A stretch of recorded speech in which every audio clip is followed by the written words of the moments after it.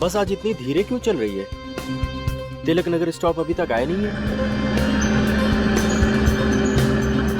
सुनिए भाई साहब, स्कोर क्या हुआ? 217 पे 4। अरे यार, लगता है इस बार भी इंडिया हार जाएगी। अरे नहीं, जब तक अपना कैप्टन क्रीज पर है ना, तब तक हम जीत सकते हैं। देखते हैं।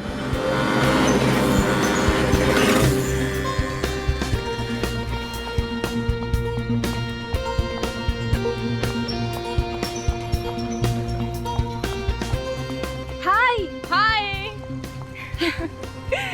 आज तू भी लेट हो गई। नहीं यार, मैं तो टाइम पर पहुंच गई थी, पर पता नहीं बस लेट हो गई। थैंक गॉड कि बस अभी तक नहीं आई। पता नहीं आज बस को क्या हो गया, हमेशा तो टाइम पर आ जाती है ना। देखो ना, अब शहर का ट्रैफिक भी इतना दिन ब दिन बढ़ते जा रहा है कि कोई क्या कर सकता है। इसीलिए कहती हूँ बेबी, एक कार खरीद ले। ये रोज रोज का ना बस का झंझट ही खत्म हो जाएगा। ना बाबा ना, अपने घर की ईएमआई चुकाते चुकाते मेरी आधी सैलरी खत्म हो जाती। कार खरीद ली तो मेरी कमर ही टूट जाएगी। तो अपने बॉस को क्यों नहीं बोलती सैलरी बढ़ाने के लिए? वैसे भी वो तेरी किसी भी बात को इनकार कहाँ करते। नहीं, ऐसा कुछ नहीं है। अरे बस आ गई।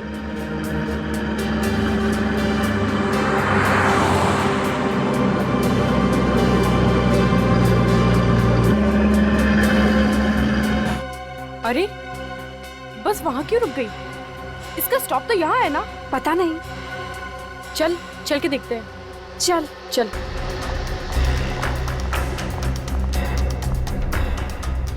दरवाजा खोलो।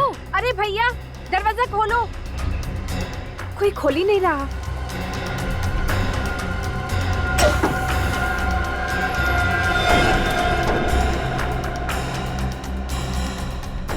ये बस में इतनी गंदी बदबू कैसी?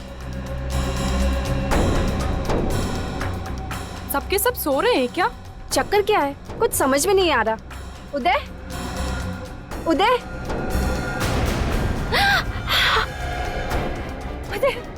मधु,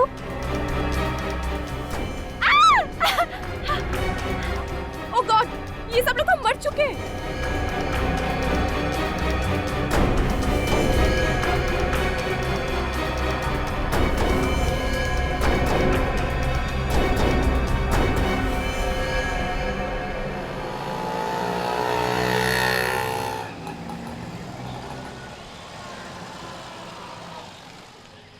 इन मुजरिमों के हौसले दिन ब दिन बढ़ते ही जा रहे हैं सालू के साहब।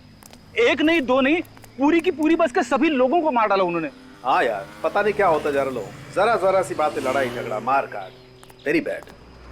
क्या हुआ, कुछ पता चला? नहीं सर, अभी भी चेकिंग चल रही है अंदर।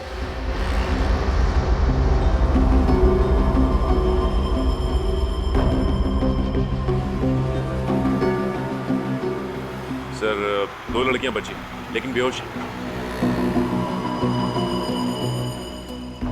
अभी कैसी तबीयत है इन लोगों की? सर, इन्हें थोड़ी देर में होश आ जाएगा।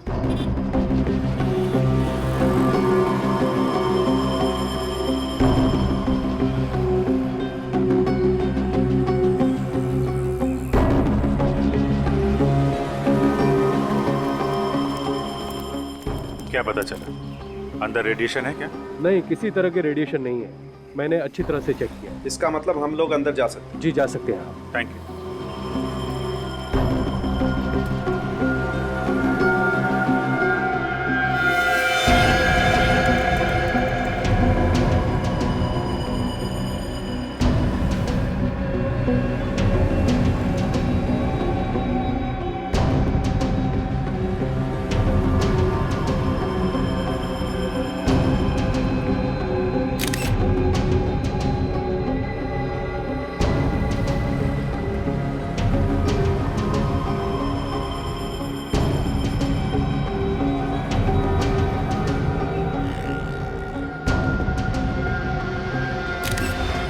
मामला तो जहर का ही लग रहा है सारों के साथ। सर, इतने सारे लोगों को एक साथ जहर दे दिया। मुझे तो लगता है इस बस की हवा में ही कोई जहरीली गैस घुस गई है, जिसकी वजह से सब मर गए। सालुंके साहब, आपको क्या लगता है ये कौन सी गैस हो सकती है? अब ये तो टेस्ट करने के बाद ही पता लगेगा कि कौन सी गैस है।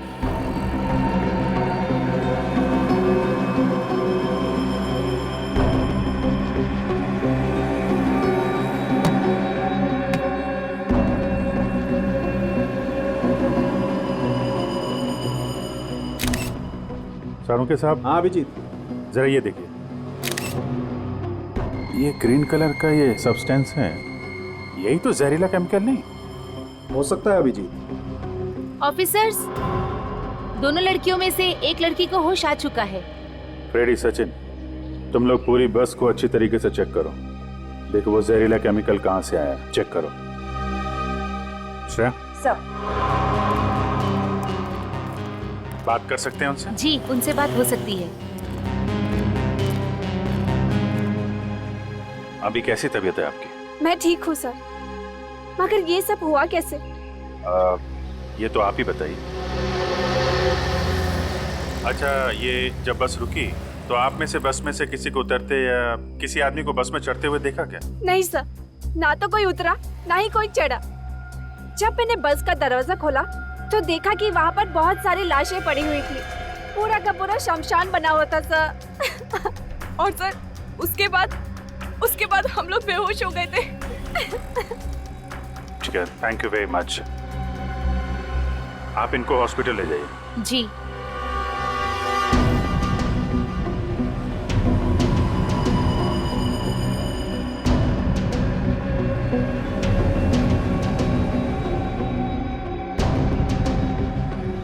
जी डॉक्टर साहब, कुछ पता चला क्या? हाँ अभिजीत, ये देखो, जहर ने चमड़ी पर अपना असर दिखाना शुरू कर दिया है। सबकी चमड़ी पर हरे हरे दाग आना शुरू हो गए। देखो,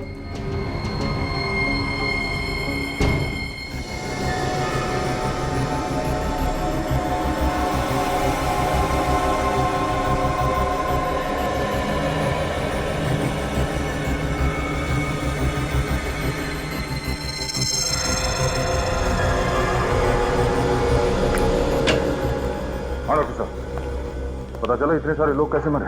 हाँ दे, मैंने टेस्ट कर लिया।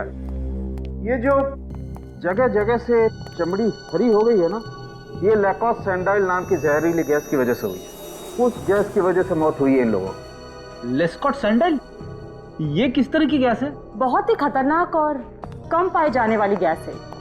एक ऐसा बायोकेमिकल एजेंट जो आसानी से किसी के हाथ नहीं लग सकता। आसानी से नहीं मिलता। इसका मतलब है शहर में ऐसे बहुत कम लेबोरेटरीज हैं जहाँ पे इस तरह के केमिकल्स मिलते होंगे। सिर्फ 4-5 लेबोरेटरीज ऐसी होंगी, उनकी लिस्ट में तुम्हें दे दूंगा। थैंक यू डॉक्टर साहब। एक बात और, वैसे तो ये गैस हवा से भारी होती है, इसलिए बहुत धीरे धीरे फैलती है। लेकिन अगर इसे किसी तेज हवा के जरिए फैलाया जाए, जैसे कि पंखा या एसी, तो ये बहुत कम समय में बहुत ज्यादा खतरनाक हो सकती है। पंखा या एसी? बस भी तो एसी बस थी। एग्जैक्टली। और आतंकवादी ये बात जानते थे, इसीलिए उन्होंने एसी बस चुनी, जिससे इन बेचारों को बचने का मौका ही नहीं मिला। और एक बात, अगर ये गैस किसी भी तरह इंसान के शरीर में चली जाए तो 7 से 10 मिनट के अंदर उसकी मौत तो निश्चित है। सर, जिसने भी ये किया है बहुत ही बड़ी प्लानिंग, बहुत ही बड़े मकसद के साथ किया है। एक बार ये पता चल जाए कि ये केमिकल आया कहां से, किस लेबोरेटरी से, तो मकसद भी पता चल जाएगा।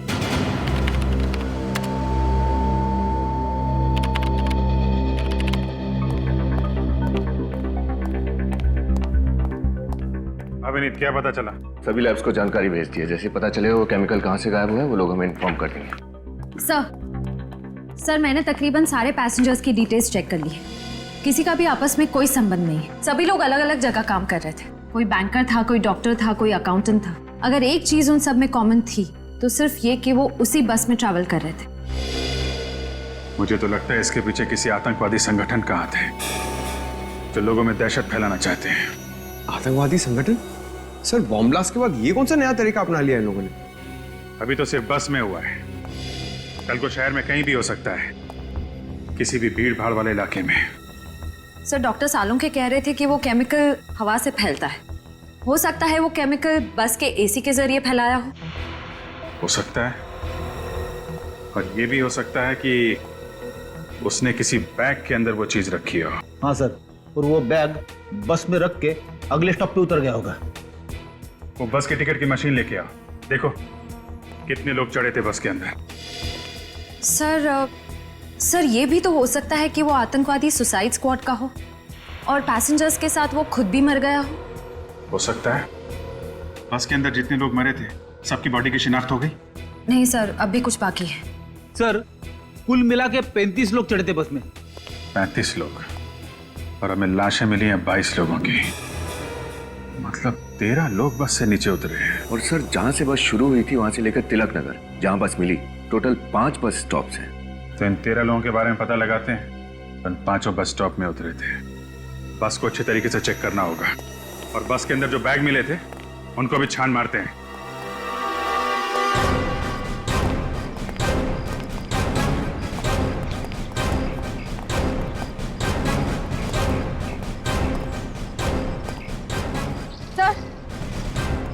सर ये जतिन है, गाड़ियों के पुर्जे पुर्जे की अच्छी जानकारी है इसे। जतिन, बस का एसी अच्छी तरीके से चेक करो, देखो कोई छिड़कानी तो नहीं की गई। Okay sir.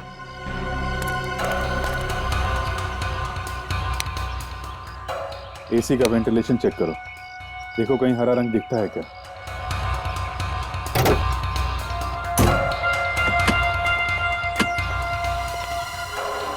सारा सामान ध्यान से चेक करना है। 22 लोगों की मौत हुई है, कुछ भी हो सकता है।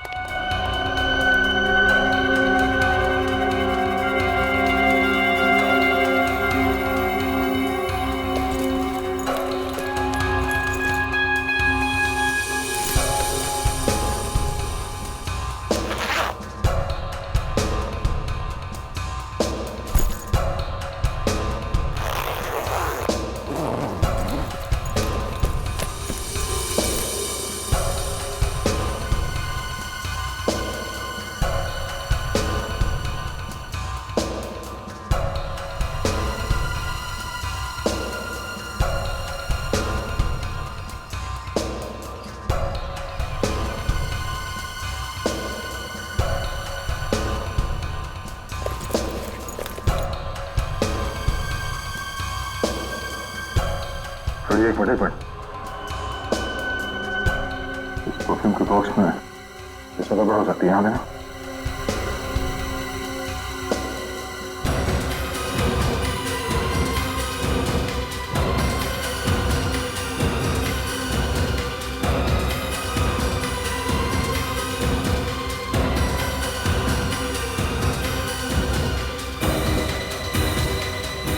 नहीं,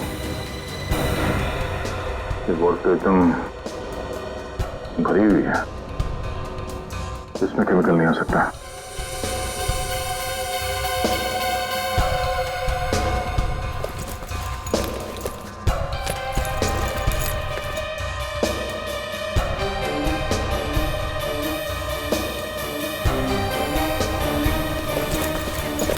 सर, इन बैग्स में तो कुछ नहीं है। सर, इधर भी कुछ भी नहीं मिला। नहीं सर, कुछ भी नहीं है। कमाल है, सारा सामान चेक कर लिया पर केमिकल का कहीं कोई नामो निशान नहीं। शायद उस बस में कुछ मिला। सर एसी में तो कुछ नहीं मिला। कमाल है, बस में अगर नहीं है तो वो जहरीली गैस आई तो आई कहां से? वो एयर फिल्टर चेक किया? यस सर, कुछ नहीं मिला उसमें भी। एसी के जरिए अगर वो जहरीली गैस नहीं आई है बस के अंदर, तो फिर गैस आई कहां से?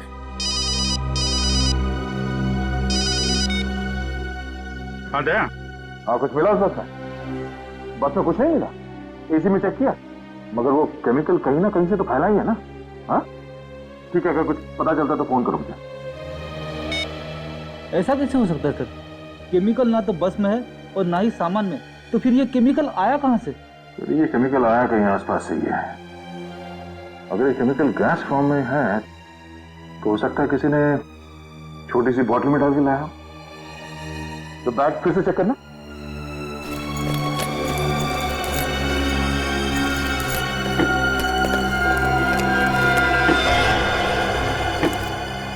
सर, इस बैग के अंदर कुछ है।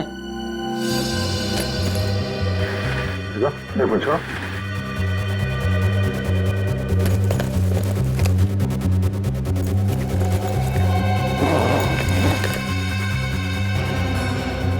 ये देखो,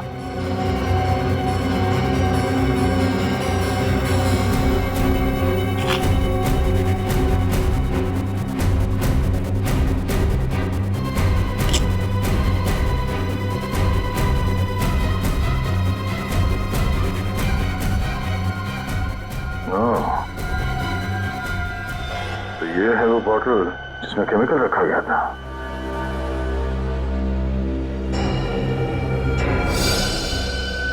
तो इस बैग के अंदर भी वो हरा लगा हुआ है सर। सर बॉटल को देख के तो लगता है कि ये एक ऑर्डिनरी बॉटल है और बॉटल के अंदर केमिकल हाथ से डाला गया होगा। सीट नंबर 16 पे कौन बैठा सर?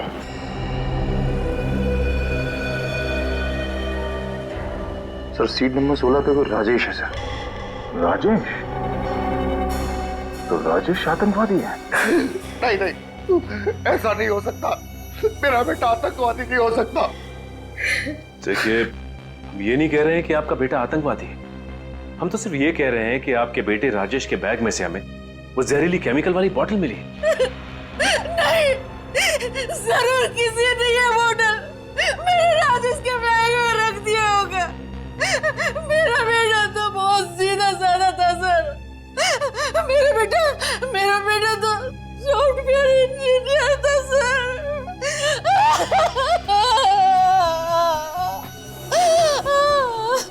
सर विश्वास कीजिए, वो ऐसा नहीं हो सकता। मेरा बेटा ऐसा नहीं कर सकता। सर अंदर कुछ नहीं मिला। देखा सर, देखा, अब तो विश्वास हुआ ना कि हम लोग शरीफ लोग हैं।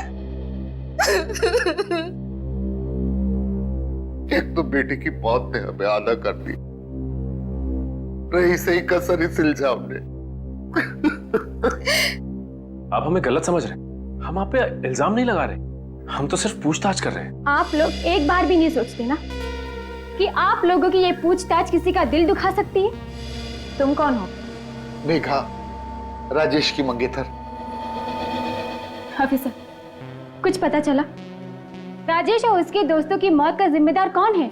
क्या उस बस में राजेश के दोस्त भी थे?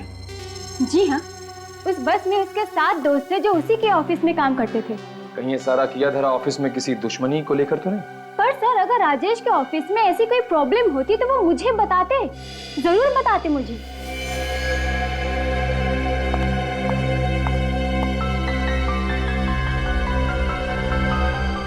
ये अस्थमा का पंप किसका है? राजेश का। क्या राजेश को अस्थमा था? हाँ सर, बहुत सीरियस अस्थमा था। अच्छा, ये अस्थमा के मरीज तो इस तरह का पंप हमेशा अपने पास रखते हैं ना? जी। लेकिन सर हमें राजेश के बैग में या उसकी जेब में कोई अस्थमा का पंप नहीं मिला था। ये कैसे हो सकता है सर? मेरा बेटा राजेश बिना अस्थमा पंप के घर से बाहर ही नहीं जाते थे।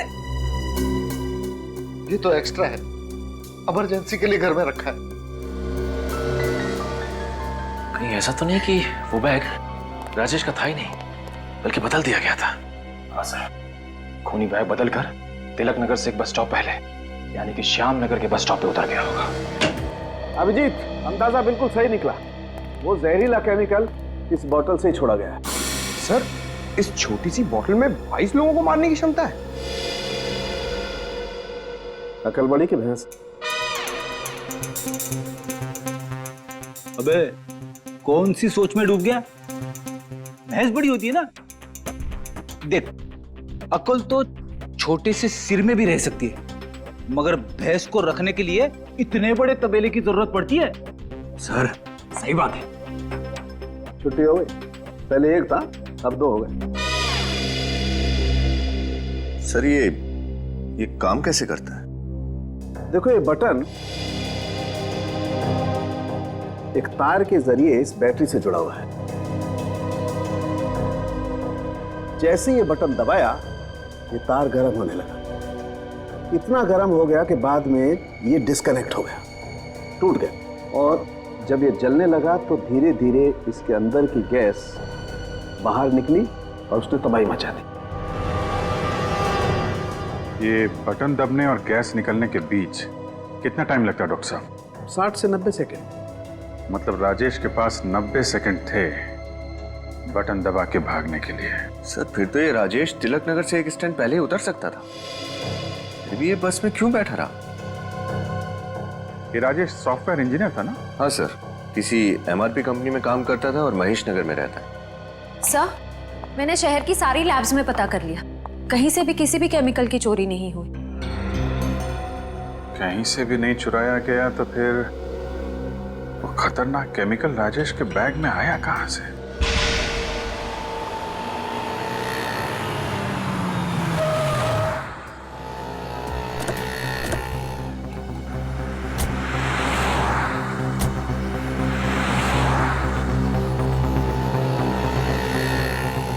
यहाँ आसपास तो कुछ दिख नहीं रहा, ना कोई पान वाला ना कोई चाय वाला।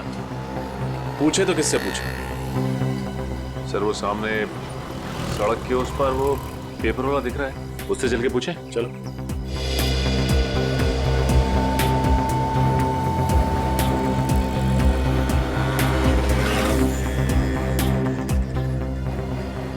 सुनो जरा, तुमने कल सुबह 8:30 से 8:45 के बीच किसी आदमी को इस बैग के साथ देखा था, वहां बस से उतरते हुए? 8:30 और 9 के बीच?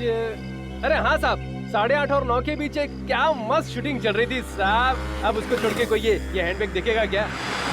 शूटिंग? कैसी शूटिंग? साहब वो सीरियल आ रहे हैं ना, क्या नाम है उसका, साजन सजनी। हाँ, साजन सजनी का प्यार, उसी की शूटिंग चल रही थी साहब। कहाँ हो रही थी ये शूटिंग? शूटिंग आइए ना साहब, दिखाता हूँ, आइए दिखाता हूँ। शूटिंग इधर चल रही थी साहब, इधर हीरो खड़ा था, इधर हीरोइन खड़ी थी। क्या मस्त डायलॉग बोल रही थी साहब, देख के तो मजा आ गया, माँ कसम। हीरोइन यहाँ पे और हीरो यहाँ पे खड़ा था, और ये बस स्टॉप एग्जैक्टली इसके पीछे। अच्छा ये बताओ कि कैमरा कहाँ लगा हुआ है? क्या साहब, जब हीरो इधर खड़ा है, हीरोइन इधर खड़ी है, तो कैमरा तो इधर ही होगा ना साहब। कैमरा वहां पे, हीरो हीरोइन यहाँ, और ठीक पीछे बस स्टॉप। शायद बस से उतरने वाले यात्री उस कैमरे में देखे हों। हाँ, ये हो सकता है। ये शूटिंग कितनी देर तक चली थी? अरे साहब बात ये ना साहब, जो डायरेक्टर था बहुत खड़ूस था, हर बात पे काट काट काट, एक ही डायलॉग पूरे 2-2.5 घंटे। ठीक है, क्या नाम पता है सीरियल का? साहब लगता है आपको भी शूटिंग देखनी है। हाँ? अरे साहब इधर बगल वाली गली ना, उधर शूटिंग चल रही है, जाकर देख लो ना साहब। चलो। राहुल, राहुल मैं तुमसे प्यार करती हूँ राहुल। तो छोड़ दो इस दुनिया को, कुर्बान कर दो इस जान को और आ जाओ मेरी बहू। आई। कट कट कट, ये क्या कर रहे हो तुम दोनों? 18वां रीटेक था, अगर इसी शॉट में पूरा दिन निकल गया तो प्रोड्यूसर तो मेरा बैंड बजा देगा। सॉरी सर, लेकिन सुचिता का वजन इतना ज्यादा है कि मेरा बैलेंस बिगड़ जाता है। मेरे वजन को दोष मत दो, अगर जिम में तुमने ज्यादा मेहनत की होती ना तो आज ये नौबत नहीं आती। डायरेक्टर साहब, हमें आपसे कुछ बात करनी है। लो, अब इनको भी मुझसे बात करनी है। बताइए क्या बात करनी है? हम लोग सीआईडी से। आप लोग सीआईडी से हैं? लेकिन सर मेरे पास यहाँ शूट करने की परमिशन है। ये देखिए सर, ये लेटर है। इसकी जरूरत नहीं है, हमारे यहाँ आने की वजह कुछ और ही है। वो क्या सर? आप लोग कल सुबह श्याम नगर बस स्टॉप पर शूटिंग कर रहे थे। जी हाँ, उसके सामने वाली सड़क पर। तब तो आपको पता चल ही गया होगा कि कल वहां से गुजरने वाली एक बस में 22 लोगों की मौत हो गई। जी मैंने अखबार में पढ़ा था, काफी बुरा हुआ। हम आपकी शूटिंग की फुटेज देखना चाहते हैं, शायद आपकी शूटिंग की फुटेज में वो बस भी दिखी। जी हाँ जरूर, अगर हम किसी तरह कानून की कुछ मदद कर सके तो इससे ज्यादा गर्व की बात और हमारे लिए क्या हो सकती है। आइए प्लीज।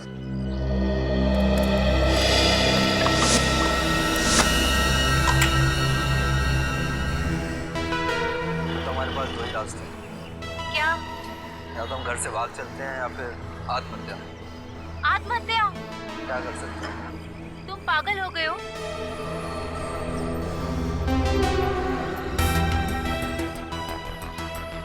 एक सेकंड, पॉज करो। बस वही है सर, सीआर ट्रेवल्स की। अब इसके आगे प्ले करो।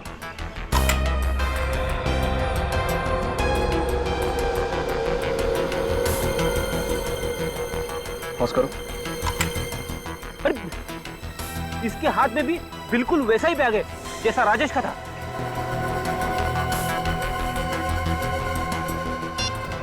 इसकी फोटो हर अखबार, हर न्यूज चैनल में दे देते हैं, कोई तो पहचानेगा इसे। आगे प्ले करो।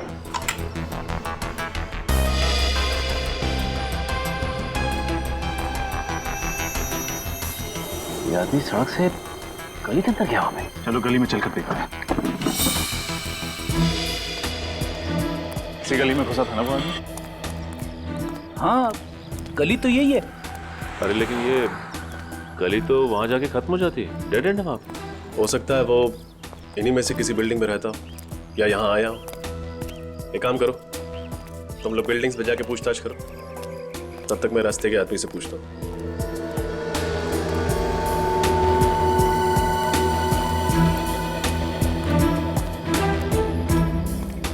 अरे भाई, तुम रोज अपना ठेला यहीं लगाते हो? हाँ साहब, हम सवेरे 7 से रात के 9 बजे तक यहीं ठेला लगाते हैं। तब तो तुमने कल सुबह जरूर एक आदमी को इस गली में घुसते हुए देखा हो। उसके हाथ में एक बैग था। आप CID। कल सवेरे साहब? हाँ, 8:30 से 8:45 के बीच में। नहीं साहब, हमने नहीं देखा।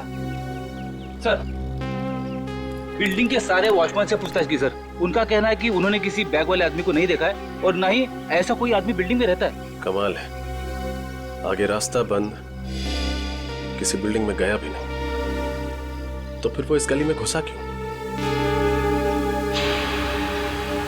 सर कहीं ऐसा तो नहीं कि वो आदमी यहाँ पे सिर्फ बैग छुपाने के लिए आया था? बैग छुपाने? हाँ सर, जैसे ही वो बस से उतरा उसने सोचा होगा कि बैग को कहीं छुपा देता हूँ ताकि किसी को शक ना हो उसके ऊपर।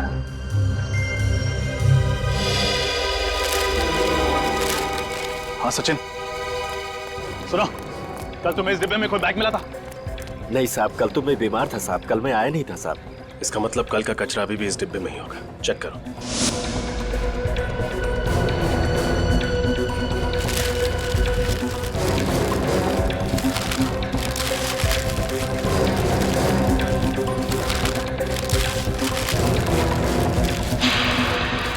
मिल गया सर। ये रहा बैग। समझ गया, अंदर कुछ भी हो सकता है।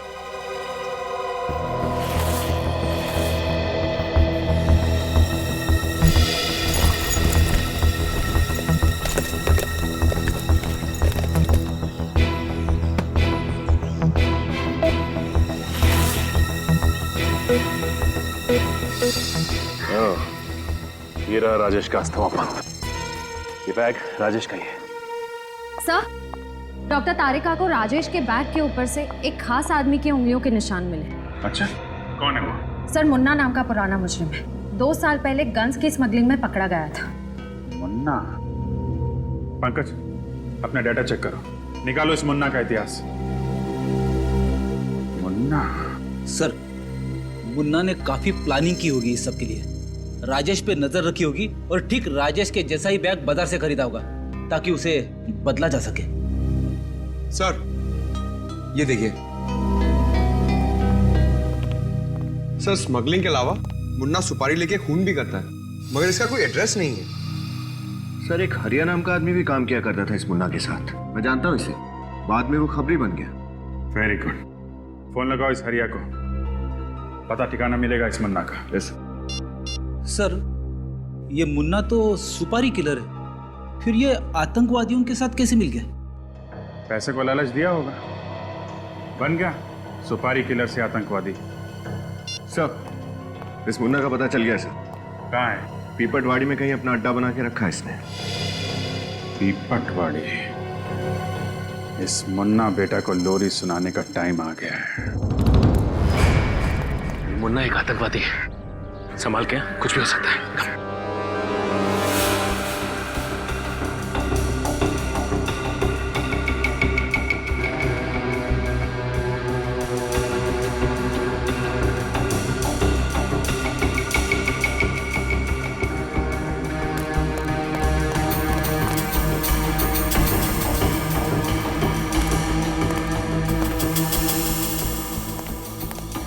कोई नहीं है सर।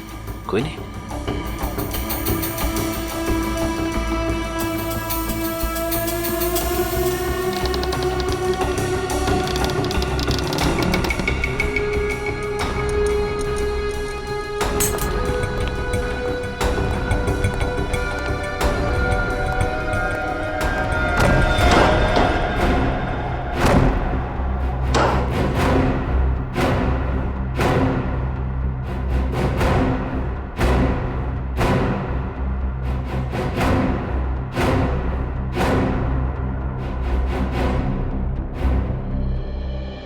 सर ये मुन्ना तो 9-11 हो गया। या अपराधी अक्सर अपराध करके अपना ठिकाना बदल लेते हैं। एक काम करो, अच्छी तरह से तलाशी लो, कुछ ना कुछ जरूर छोड़ के गया होगा ये मुन्ना। सर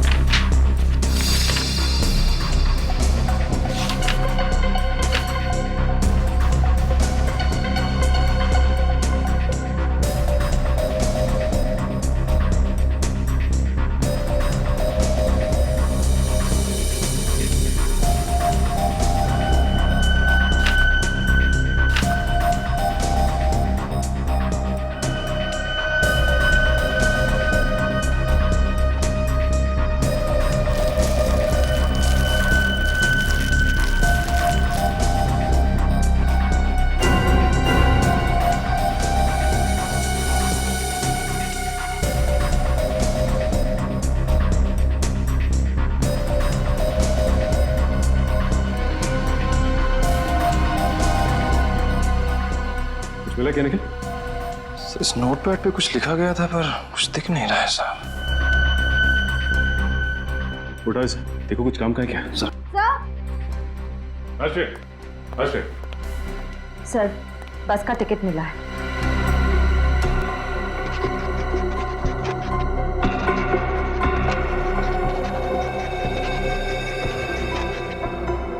एक बात तो पक्की हो गई कि वो बैग उस बस में मुन्ना नहीं रखा था, उसी बस की टिकट है और टाइम और डेट भी मैच कर रहे हैं।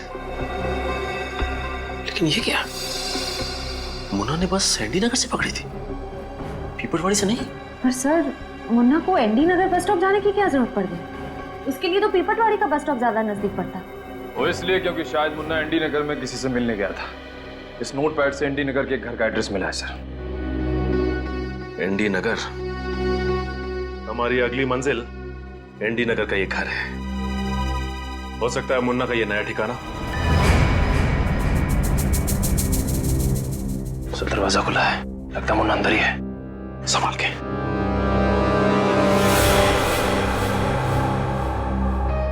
सर शराब की बू आ रही है।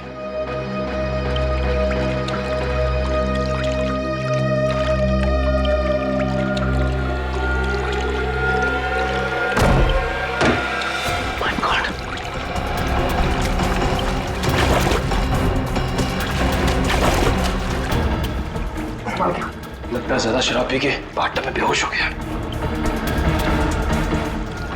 ये बेहोश नहीं है, बल्कि इसकी मौत हो चुकी है। ये तो मुन्ना नहीं है, आखिर है कौन? सर इसका नाम सनी है, उसके पास में ये ड्राइविंग लाइसेंस है। सनी? मुन्ना जैसे आदमी के पास सनी का एड्रेस कैसे आया? एक काम करते हैं, पूरे घर को छान मारते हैं, देखते हैं क्या मिलता है।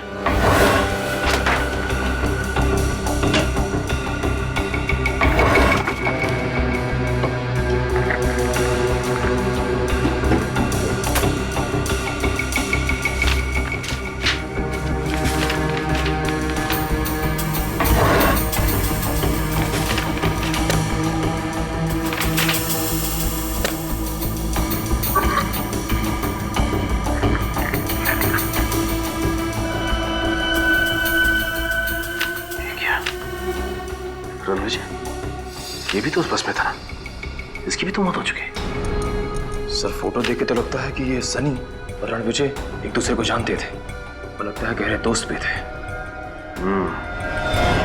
ये कितने गहरे दोस्त थे इसके बारे में तो रणविजय के परिवार वाले बताएंगे। सनी और रणविजय बचपन के दोस्त थे। बचपन के दोस्त? हाँ, पांचों ने स्कूल और कॉलेज सब एक ही साथ किया था। पांचों ने? माँ जी आप किन पांचों की बात कर रही हैं? सन्नी और रणविजय के 3 दोस्त और भी थे उस बस में, अमित, उदय और राजेश। राजेश भी इन सबका दोस्त था?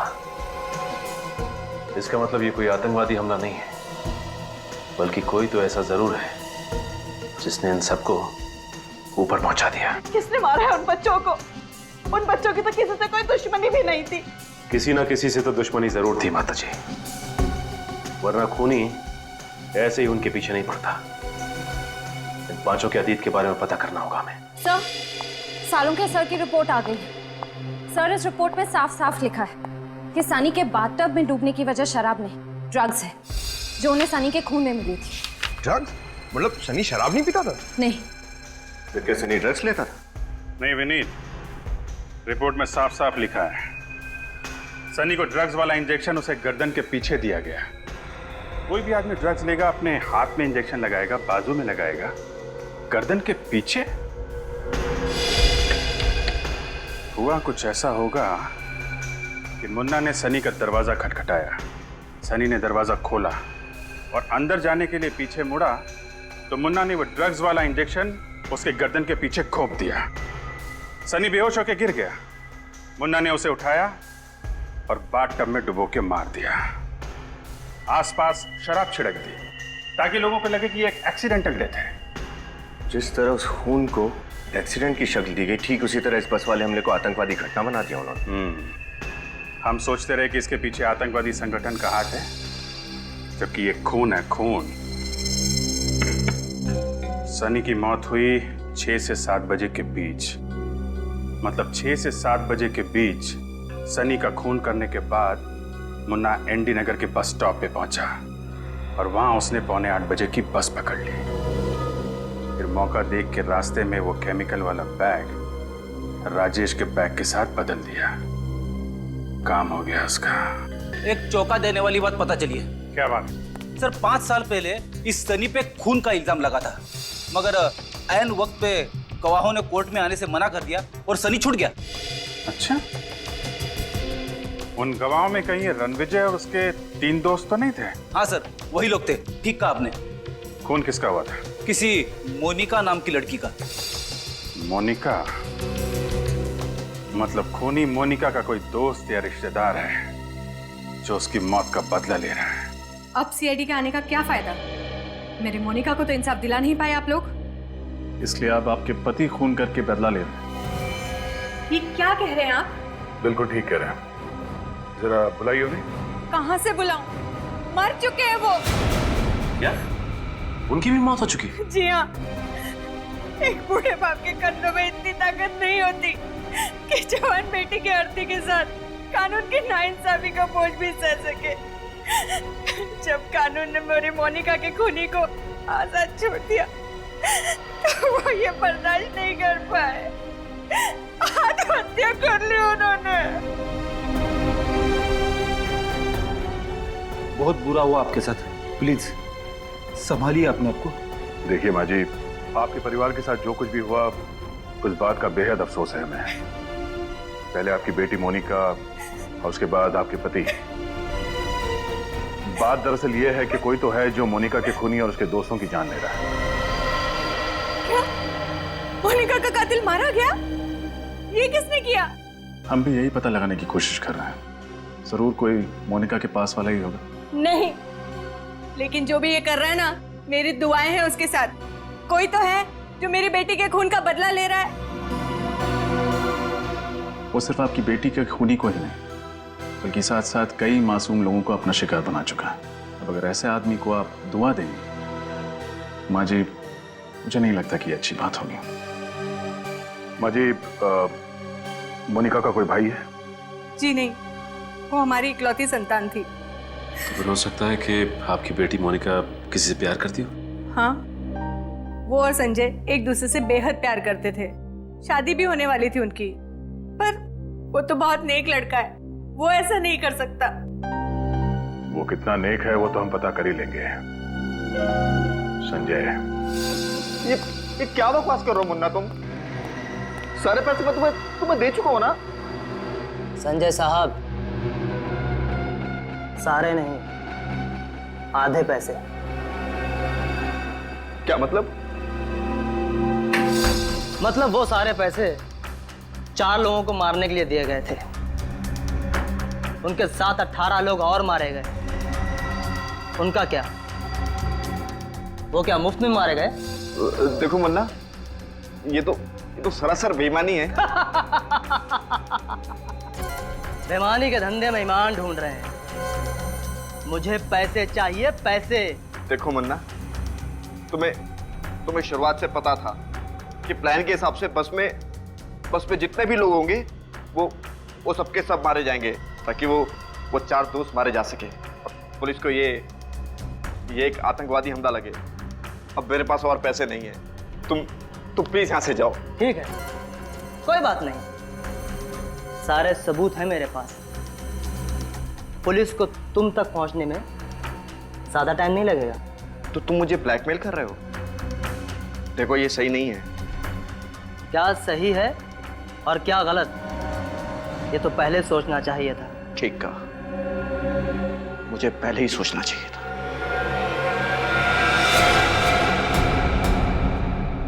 ये क्या करे संजय? मुझे मत मारना। ना ना ना ना मुन्ना ना। अदुपर, मुझे मत। जो आदमी 22 लोगों को मरवा सकता है वो क्या तुझे नहीं मार सकता? संजय, मुझे मत मारना।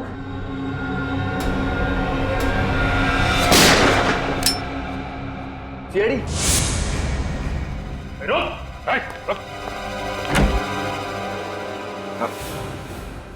मैंने कुछ नहीं किया सर, ये सब इस गुंडे मुन्ना ने किया है।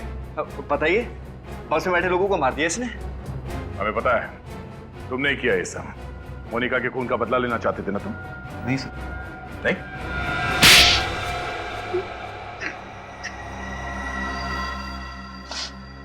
हाँ, मैंने किया है सब।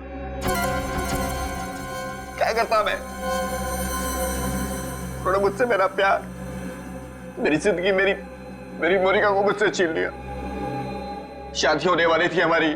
खून का बदला खून, ये कहाँ का इंसाफ है? तुम अपने बदले की भावना में यह भी भूल गए कि जिन लोगों की जान तुमने ली वो भी किसी की जिंदगी थी, वो भी किसी का प्यार। ये सब मैंने इस अंधे कानून की वजह से किया है। खुली को बाइज्जत किया कर दिया उन्होंने। क्या करता मैं? इसलिए मैंने उनको सजा दी। सजा तुमने दी, वही गलत किया।